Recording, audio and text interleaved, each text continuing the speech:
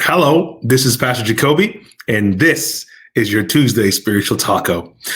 In Psalms 119:37, it says this: Turn my eyes from looking at worthless things and give me life in your ways.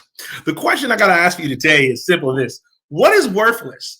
And this is a question that's very introspective, because ultimately what's worthless is really, well, in God's eyes, what is worthless is things that are not eternal. So we understand what God thinks what worthless is: things that are not eternal, salvific, edifying of his kingdom, right? The question is, what do you deem worthless? And the reason why I ask this is when you ask God to turn your eyes from looking at worthless things, you're talking about vanity. We're talking about things like riches and honors and pleasures and things that catches the eye, allures of the heart.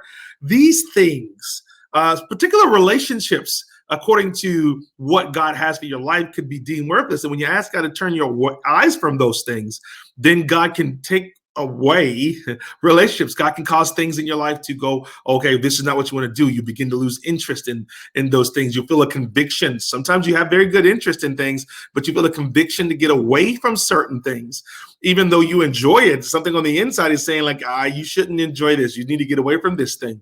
And those are hard points to get to in our lives, because we want to give life to God's ways in our life. Remember, I said this on Sunday, if you come to our service, so watch our services, that you don't add God to your life. God consumes your life. And because of that, he's in all God.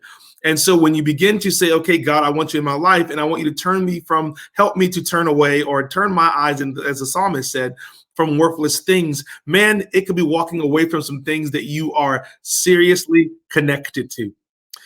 Coping mechanisms that don't cope, but rather become addictions, things that you do to overcome hurts, habits, and hangups, relationships that you become codependent upon.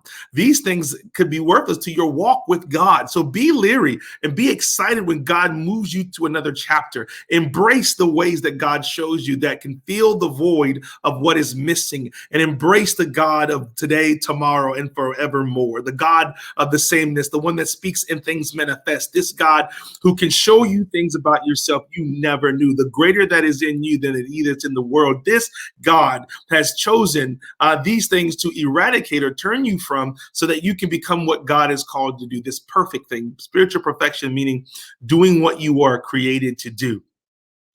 I am Pastor Kobe. This is your Tuesday Taco, and I pray you ate well.